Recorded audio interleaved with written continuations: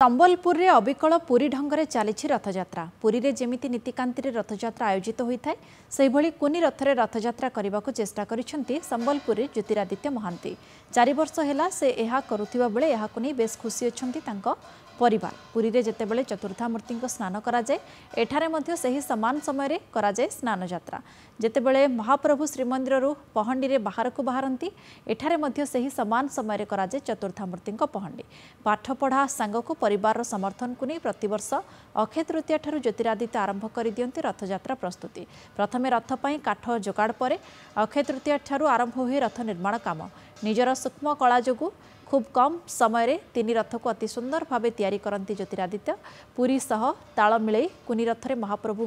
रथरे गड़िबा पर्यंत समस्त नीतिकांति करने को चेष्टा करिथांती पूरा परिवार।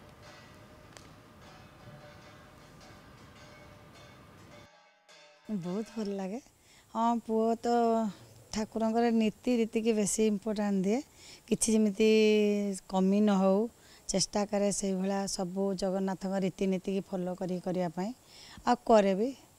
ठीक ठाक तो बहुत भल लगे बहुत लोग आसती समस्ते सहयोग करते समस्ते बहुत आनंदित हुए आमे भी पूरी न जाई पारे भी ये द्वितीय पुरी अनुभव से हुए मु पिला बेलू जितेबाला रथयात्रा अटेंड करने को चाहे सब मोर इच्छा था कि केमी 3 गोटी अबिकल पुरी भाया रथ करी आउ छुआ बड़ू भगवान का कृपार कला मिली कि आर्ट क्राफ्ट टे जानी तो से मोर भारी इच्छा थी कि मुझे ठाकुर 3टा रथ करी